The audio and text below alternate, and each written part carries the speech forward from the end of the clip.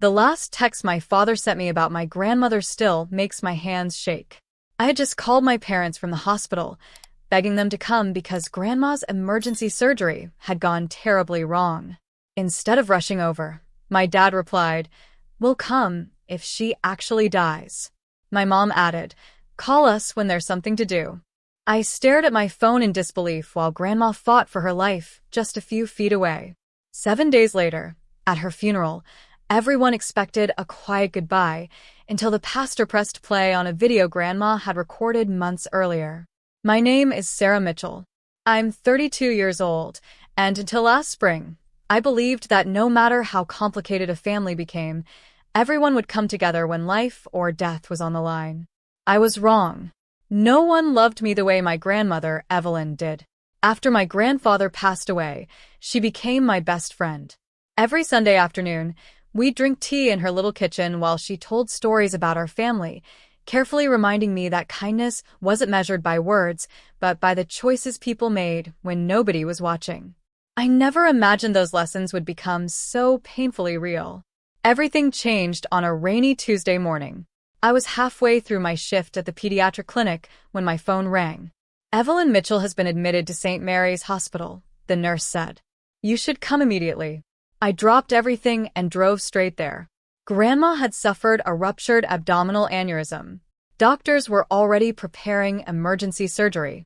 When I reached her room, she looked small beneath the white hospital blankets, but the moment she saw me, she managed a faint smile. "I knew you'd come," she whispered. I squeezed her hand. "I'm not going anywhere."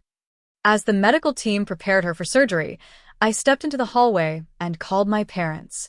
No answer. I called again. Nothing. I sent a text. "Grandma's in emergency surgery. Please come. It's serious." 10 minutes later, my father's reply appeared. "We'll come if she actually dies." I stared at the screen, convinced I'd read it wrong. Before I could even process those words, another message arrived from my mother. "Call us when there's something to do." For several seconds, I couldn't breathe. Their own mother was fighting for her life, and they couldn't be bothered to leave a luncheon with friends. Part of me wanted to call them back and scream. Instead, I slipped my phone into my pocket and walked back into Grandma's room. She looked at my face and somehow understood. "They're not coming," she said softly. I couldn't lie. "No." She smiled with heartbreaking gentleness. "I thought so." A tear rolled down my cheek. "I'm so sorry." She slowly reached beneath her pillow and placed her trembling hand over mine. "Promise me something. Anything. If today becomes my last day, promise me you'll let them hear my final message." I frowned. What message? Before she could answer, the surgical team entered. Moments later, the operating room doors closed behind her. Less than 2 hours later, the lead surgeon walked toward me with a solemn expression on his face. The surgeon stopped a few feet away and quietly removed his surgical cap. I already knew. No doctor wears that expression when they're about to deliver good news. "I'm so sorry," he said gently. "We did everything we could." The rest of his words blurred together. I thanked him automatically because I didn't know what else to do. Then I sat alone in the waiting room, staring at the floor where the polished tiles reflected the harsh hospital lights. For the first time since I was a little girl, I felt completely alone. I called my parents one last time. This time my father answered immediately. "Is it over?" I closed my eyes. "Grandma passed away." There was a brief pause. Then he sighed. "All right. We'll head over after we change." No emotion. No disbelief. No questions about whether she'd suffered. Just logistics. An hour later, my parents finally arrived. My mother hugged me for barely 2 seconds before asking, "Has anyone contacted the funeral home yet?" Dad looked toward the nurse's station. "We should also find out whether she left a will." I couldn't believe what I was hearing. Grandma had been gone for less than 2 hours.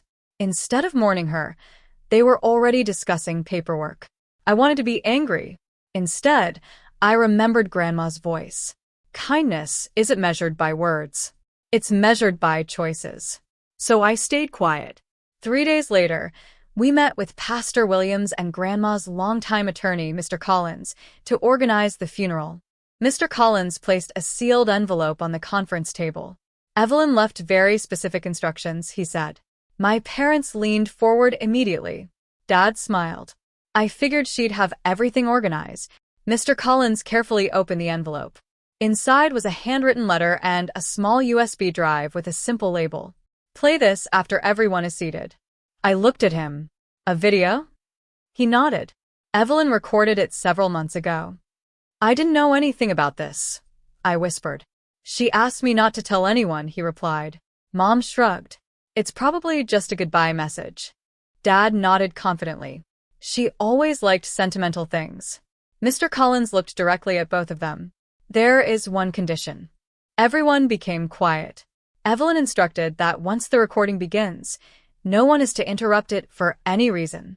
The room suddenly felt heavier.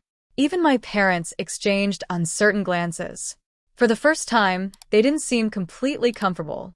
The funeral arrived 4 days later. Friends, neighbors, former coworkers, and relatives quietly filled the church. Soft music played as everyone found their seats. My parents sat in the front row, expecting a traditional service. Pastor Williams welcomed everyone before walking toward a small television beside the podium. He held up the USB drive. Before anything else, he said softly, Evelyn wanted to speak to all of us herself. He inserted the drive. The lights dimmed. A large screen slowly came to life. Then Grandma's familiar smile appeared, looking directly into the camera. Grandma smiled into the camera exactly the way I remembered her. She was sitting in her favorite rocking chair beside the living room window, sunlight spilling across the quilt she had sewn years earlier. Well, she began with a gentle laugh, if you're watching this, then I've finally stopped telling everyone I'm too stubborn to leave. A few quiet chuckles echoed through the church. Then her expression softened. First, I want to thank every person who truly shared life with me. Not just birthdays or holidays, but ordinary Tuesdays, difficult mornings, and lonely afternoons. She paused for a moment, especially my granddaughter, Sarah. I felt my throat tighten.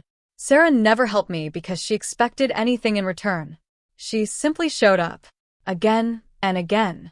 I lowered my eyes as tears blurred my vision. Grandma continued calmly. People often ask how you know who really loves you. She smiled sadly. You don't discover it during celebrations. You discover it when life becomes inconvenient. The church had become completely silent. Then she reached beside her chair and picked up a sheet of paper.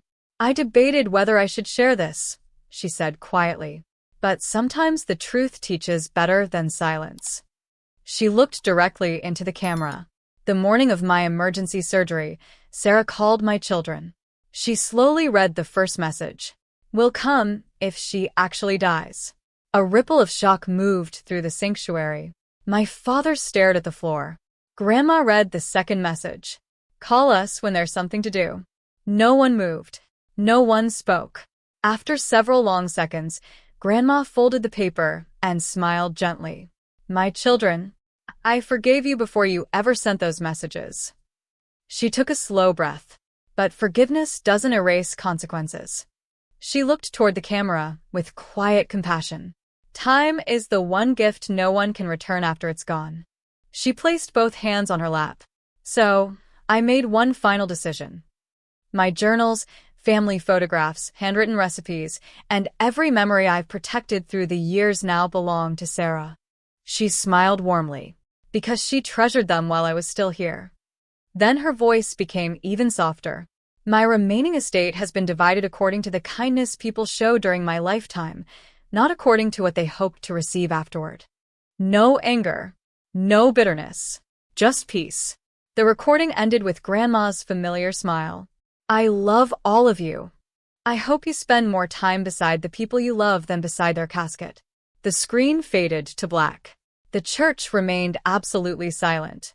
My father quietly covered his face. My mother wept without saying a word. No explanation could change what everyone had just heard. As I held Grandma's journals against my chest, I realized her final gift had never been about exposing anyone.